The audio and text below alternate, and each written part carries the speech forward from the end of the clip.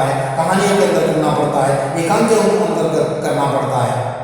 उसी प्रकार बाद में एक ऐसी कहानी आ गई, the sword of the Tipu Sultan, the sword of the Tipu Sultan की एक सीरियल आ गया। उसके अंदर आपने भाषा का देखिएगा, भाषा का प्रयोग कैसा है वहां पर, उर्दू अरबी से संबंधित भाषाओं का प्रयोग किया। वहां पर संस्कृत निष्ठ शब्द प्रयोग नहीं, भाषा का प्रयोग नहीं है, उर्दू तुर्की अरबी के शब्द उसके अंतर्गत कहा गया है। और जो भी पात्र हो, the sword of Tipu Sultan, वो कहानी कैसी है, एक मुगल दरबारों की है। मुगल दरबारों के अंदर है ना, तो भाषा कैसी होती थी, अरबी हो उर्दू हो, कैसे उसका इस्तेमाल किया जाता था, इसके बारे में वहां पर कहे पात्र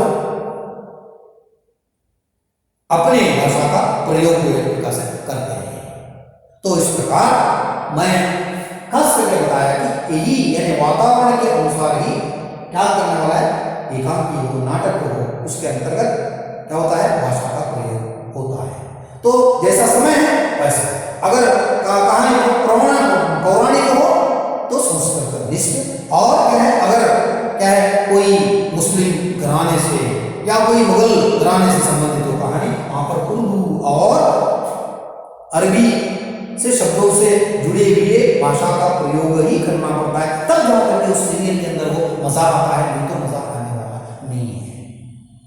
इसलिए बहुत सारे लोग कहते हैं मैं आज हिंदी पिक्चर देख करके आया, क्या आपको हिंदी पिक्चर के अंदर शुद्ध हिंदी ही रहती है? नहीं रहती। उसके अंदर आप देखते हैं कभी कोई पात्र उर्दू से संबंधित बातें करता है, बोलचाल की भाषा, कोई दूसरा हो तो क्या करता है, संस्कृत निष्ठ भाषा का प्रयोग, कोई जो है मामूली बोलचाल की भाषा हिंदी का इस्तेमाल भी करता है, लेकिन हम उसको क्या कहते हैं, हिंदी फिल्म कहते हैं, क्योंकि पात्रों के अनुसार उसी भाषा का प्रयोग एकांकिकार को करना पड़ता है, नाटककार को करना पड़ता है, सीरियल बनाने वाले को करना पड़ता है, पिक्चर निकालने वाले को करना पड़ता है। ये आपकी सामान्य जानकारी के लिए मैं एक प्रकार से आज दे रहा हूं।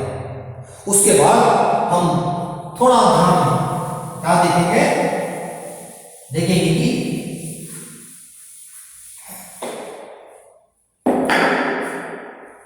हिंदी के अंतर्गत मुहावरों का प्रयोग आप देखते हैं। इस साल भी आप पाठ के अंत में या पाठ के अंतर्गत आपको बहुत सारे मुहावरे आ जाएंगे। आप 8वीं कक्षा से लेकर 10वीं कक्षा तक जो भी आप हिंदी से संबंधित जो पाठ पढ़े, उसके अंतर्गत बहुत सारे मुहावरों को आपने देखा, पढ़ा होगा, उसका अर्थ समझा होगा। उसी प्रकार लोकोक्ति या कहावत को भी आपने पढ़ा। तो अभी यहां पर बात आ जाती है कि ये मुहावरों का प्रयोग या कहावत या लोकोक्ति का प्रयोग पाठ के अंदर क्यों करते हैं, किस लिए किया जाता है, इसकी क्या आवश्यकता है। इसके बिना भी कहानी हो सकती है, पाठ हो सकता है, लेकिन इसका प्रयोग इसलिए पाठ के अंदर करते हैं, भाषा को सुचारू बनाने के लिए, सरल बनाने के लिए, भाषा के अंदर सौंदर्य लाने के लिए। कोई लेखक हो, कोई कहानीकार हो, अपनी कहानी के अंदर, पाठ के अंदर क्या करता है, मुहावरों का, लोकोक्तियों का, कहावतों का प्रयोग करता है, जिसके माध्यम से क्या होता है, भाषा के अंदर एक रौनक आती है, भाषा के अंदर एक सुंदरता आती है, इसलिए मुहावरों का प्रयोग होता है। तो अभी मुहावरे क्या हैं, मुहावरे, मुहावरे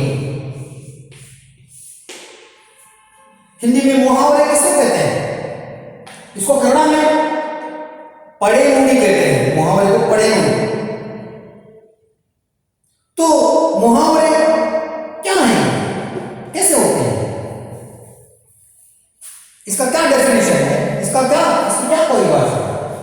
मुहावरे वो होते हैं, वो पदबंध के समान होते हैं। पदबंध मतलब क्या है, छोटा, एक पद के समान।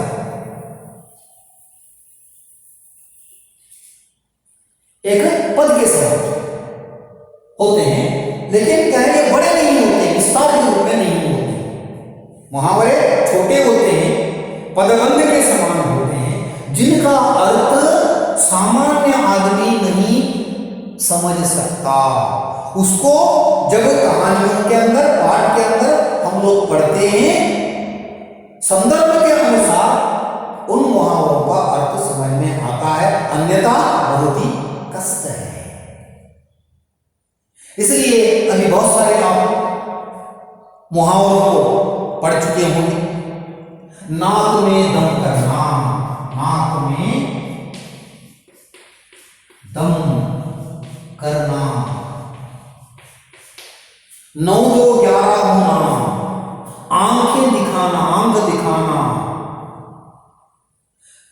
कान पे जू न रेंगना, नाक में दम करना, नाक पर मक्खी न बैठना।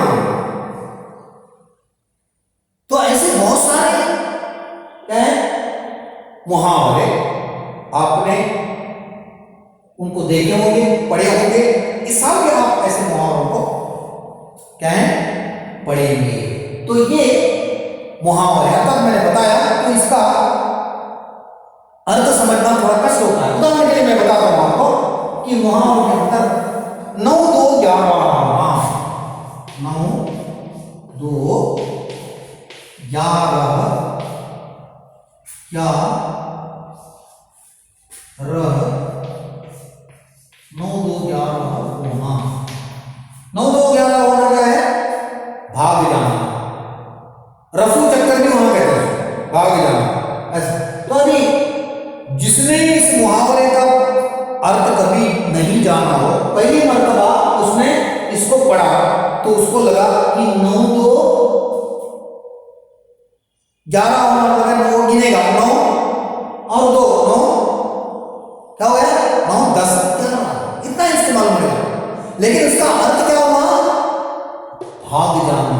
अर्थात सामान्य पहले आदमी को इसका अर्थ मालूम पड़ता नहीं है, जब इसको पढ़ेगा, उसका अर्थ समझेगा, तब उसके मन में वो बात बैठ जाती है। अर्थात मुहावरों का अर्थ सीधे से समझ में नहीं आता, लेकिन उसको संदर्भ के अनुसार पढ़ेंगे तब जाकर उसका अर्थ समझ में आता है। तो ये बात। दूसरा, अभी मुहावरा बात हो गई, अभी कहावत। कहावत या लोकोक्ति, लोकोक्ति, कहावत या लोकोक्ति, जिसको हम हिंदी में स्टेटमेंट कहते हैं, या क्या गादे माता, कन्नड़ा में उसको गादे माता कहते हैं, लोकोक्ति। तो इस प्रकार कहावत या लोकोक्ति को जब हम पाठ के अंदर पढ़ते हैं तो उसका अर्थ सीधा हमें समझ में आ जाता है, और ये एक वाक्य रूप में आ जाता है। ये बिल्कुल छोटा नहीं होता, कहावत हो, लोकोक्ति बिल्कुल छोटी नहीं होती है, एक वाक्य के रूप में, विस्तार रूप में आता है। सर अगर पढ़ते हैं तो लोग सीधे से इसका अर्थ समझ में आ जाता है। तो इसलिए ऐसे बहुत सारे आप कहावत और लोकोक्ति को आप जानते होंगे। जिसकी लाठी, उदाहरण के लिए, जिसकी लाठी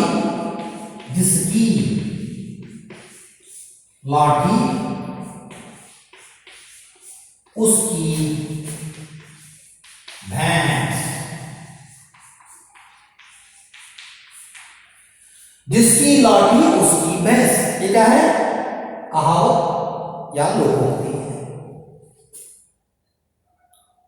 है। चोर चोर मोसेरे भाई, दूर के लोग सुहावने लगते हैं। और उसके बाद में मेहनत करे मुर्गा, अंडा खाए कुत्ती। ऐसे बहुत सारे लोकोक्तियों को आप देखते हैं। तो लेकिन जिसकी लाठी उसकी भैंस, ये कहावत है। अर्थात जिसके पास ताकत है, जिसके पास पावर है, उसी के हिस्से में न्याय हो जाता है। तो यह बात कहावत या लोकोक्ति से कहता है, इसका अर्थ सीधे से समझ में आ जाता है। मुहावरों का अर्थ डायरेक्टली या सीधे में जिसे समझ में नहीं आता, उसको पढ़ने के बाद समझ में आता है। तो ये दो बातें इस साल भी आप पाठ के अंत में या हर एक पाठ के अंतर्गत आपको मुहावरे आते हैं, कहावतें आती हैं, उनका भी ज्ञान रखना जरूरी है। तो ऐसे में आपके वो साहित्य के अलग अलग विधाएं हैं प्रिय विद्यार्थियों। तो इस साल जितने भी कहानियां लगाई गई, निबंध लगाए गए हैं, रेखा चित्र है, यात्रा वर्णन है, एकांकी है, ये सारे साहित्य के प्रकार हैं आपके पाठ्यक्रम में। उसको एक एक लेकर करके मुझे समझाना पड़ेगा, मैं समझाऊंगा। उसके बाद में कविताएं भी हैं, मध्यकालीन कविता भी हैं और आधुनिक कविताएं भी। उसके बाद आपको नॉन डिटेल में अपठित भाग में कुछ बड़े कहानियां लगाई गई है, ये कुल मिलाकर के 5 या 6 कहानियां हैं, उसका भी अध्ययन आपको करना पड़ेगा। मैं सामान्य जानकारी के रूप में पहले और दूसरे वीडियो के अंदर माध्यम से आपको हिंदी की सामान्य जानकारी मैं अब तक दे चुका हूं, और जब मैं पढ़ाना आरंभ करूंगा तब भी कोई और जानकारी संदर्भ के अनुसार मैं उसका विवरण, हिंदी से संबंधित जो भी जानकारी हो मैं आपको देने की कोशिश करूंगा। तो प्रिय विद्यार्थियों, आज हिंदी को लेकर एक बहुत बड़ी बात आ गई कि हिंदी सीखने से, पढ़ने से हम कहीं भी जाकर के, किसी भी क्षेत्र में जाकर के बातचीत कर सकते हैं, अपने विचारों को, अपना कोई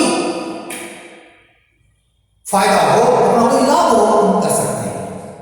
तो ऐसे में आजकल बहुत सारे हिंदी के अंतर्गत हिंदी लेने से आप बहुत सारे स्पर्धात्मक या स्पर्धा की परीक्षाओं के अंदर भी आप पास हो सकते हैं।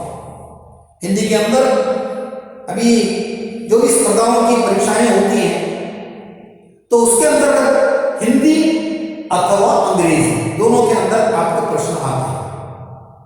तो अगर हिंदी अंग्रेजी नहीं आती है तो आप हिंदी में पढ़कर उसका उत्तर लिख सकते हैं। आज जो भी आपको आर्ट्स वाले हो, कला के हो, वाणिज्य के हो, साइंस के विद्यार्थी हो, आगे जाकर आपको कोई नौकरी मिलनी हो तो आप एक स्पर्धा की होड़ या कंपटीशन की परीक्षाओं को पास करना जरूरी है। ऐसी कोई नौकरी देने वाला नहीं है। ऐसे में उन स्पर्धा की परीक्षाओं के, स्पर्धात्मक परीक्षाओं के अंतर्गत आपको ऐसे प्रश्न हिंदी के अंदर भी देते हैं, अंग्रेजी के अंदर भी देते हैं, और उसको आपको पास करना पड़ेगा।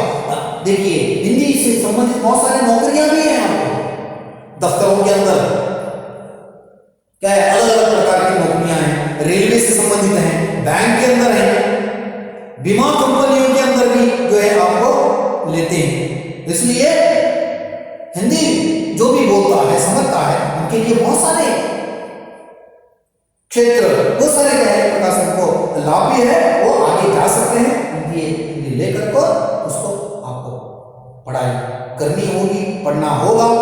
इस दिशा में आप जो भी रुचि रख करके हिंदी को लिए हैं तो उसी प्रकार मैं भी आपको समझाने की कोशिश करूंगा। सो अगले वीडियो के माध्यम से मैं आपको प्रथम वर्ष का जो पाठ्यक्रम है उसके अंतर्गत जो कहानी वगैरह है उसको आरंभ करके उसके बारे में विवरण देने की कोशिश करूंगा। धन्यवाद।